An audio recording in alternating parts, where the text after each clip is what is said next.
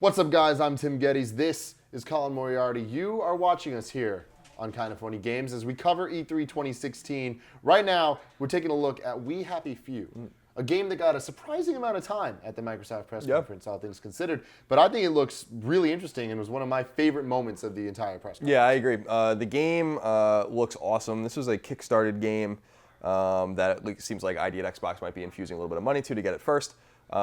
It's got significant BioShock vibes, significant Ken Levine influences, I think, can be seen here.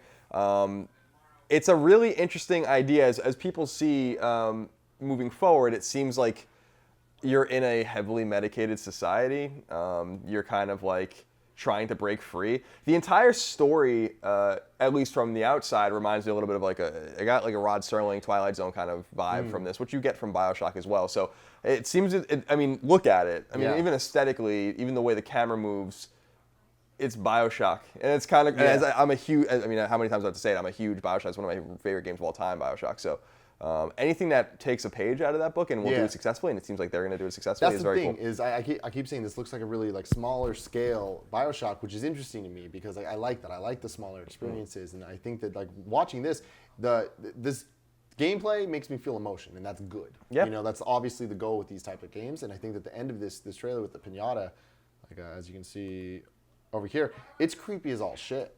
Yeah, it is super creepy, and again, it's really unnerving. Yeah, it reminds me of the golf club scene a little bit in the original BioShock, to a degree, not really, just in kind of that it's like a little jarring.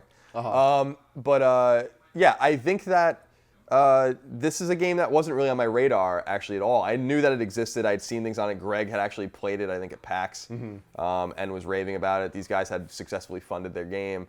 When I see a game like this, Compulsion Games doing their thing kind of independently, it makes me wonder if they were interested in staying outside of the publisher ecosystem for the most part and kind of retaining their own identity and their own independence, because this is a game to me that I would have been surprised that other team or other publishers wouldn't have wanted to fund. In other words, like this seems like a game that a first party would have tried to pick up, and they have in their own kind of way. But I had said on our stream that it looks like it's an Xbox One console exclusive, but that's apparently not the case. It's coming first to Xbox One. But when I was researching, they have not yet announced it for PS4. It is coming to PC and Linux, I think, as well. But I hope it comes to PS4. Yeah, me too. But if it doesn't, I mean, this is one of those games where you kind of plug in the Xbox One and play it. Yeah, no, we have 10 PS4s in the house and one Xbox One, and we're very open and honest about that. But the games come along and you have to play them, and I think this is really one of those cool looking games. And I know people are super excited about Below and Inside, which are ID at Xbox games, which I think are really fascinating and great looking games as well. This is way cooler looking to me than those.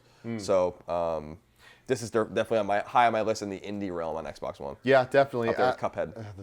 As the trailer was going on, or the gameplay video or whatever, it started off and I was like, all right, cool, it's a BioShock like ripoff. And then as it went on, I'm like, oh, this is actually really cool. This is something really unique, and I like the world seems really, really cool, and the kind of mind face things, I was like, I don't really like this. But then by the end of it, like the drugs being happy and like the joy, I think they were calling it, it's awesome. Yeah. Very cool. Yeah, I dig it as well. I mean, I don't think it is a BioShock ripoff, but I don't necessarily think it's a bad thing. Yeah, I don't think it's a bad thing either. I mean, we can't know that without having played it, but I mean, just looking at the way they're telling the story, looking at the way you're moving through the environment, I mean, it is BioShock, and there's nothing wrong with taking influence from great games like that.